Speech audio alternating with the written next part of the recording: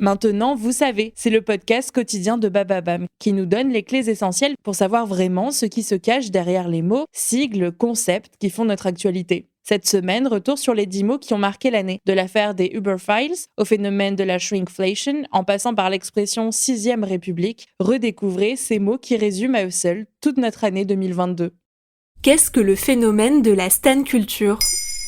Merci d'avoir posé la question. Depuis le 11 avril 2022, le procès pour diffamation entre Johnny Depp et l'actrice Amber Heard aux États-Unis attire les caméras du monde entier. L'acteur estime que son ex-femme l'a publiquement accusé de violence conjugale sans fondement et la poursuit en diffamation.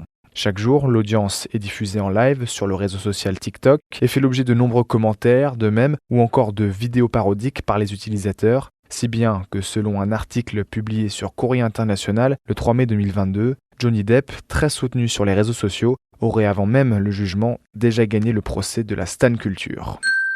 La stan culture désigne des communautés de fans extrêmement actives sur les réseaux sociaux. Elles sont très engagées dans leur passion, au point d'être parfois particulièrement virulentes contre des personnes qui font de l'ombre ou critiquent leur idole. Dans le cadre du procès Johnny Depp, la stan culture se manifeste par des vidéos accusant Amber Heard de mensonges ou encore par le hashtag Justice for Johnny Depp. Il a déjà été vu plus d'1 milliard de fois à la fin du mois d'avril 2022, selon le blog américain spécialisé dans les célébrités Gawker. Comment est né le terme de stan culture ? Le mot stan a été inventé et popularisé par le rappeur Eminem en 2000. C'est une contraction du nom stalker, équivalent d'un harceleur en anglais, et du mot fan. Dans une chanson issue de son album The Marshall Mathers LP, Stan est le nom donné à un fan fictif obsédé par Eminem qui finit par se suicider face aux absences de réponse du rappeur à ses lettres.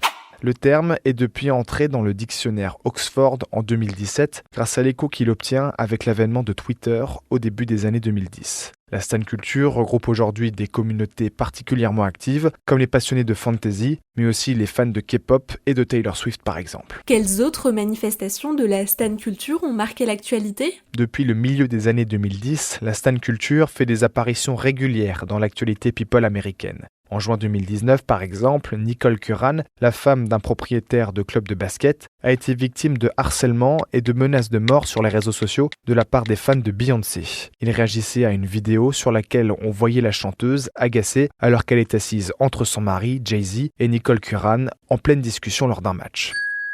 Au-delà de l'actualité people, la stan culture s'est également emparée de questions plus politiques ces dernières années, avec notamment l'activisme des fans de K-pop. Ils ont par exemple activement relayé les actions du mouvement Black Lives Matter après la mort de George Floyd en mai 2020. Un mois plus tard, en juin, les mêmes fans de K-pop ont participé au sabotage d'un meeting de campagne de Donald Trump en réservant des milliers de billets en ligne. Le candidat, qui pensait donner un discours devant 20 000 personnes, s'est finalement retrouvé devant une salle aux 2 tiers vide. Voilà ce qu'est la stan culture.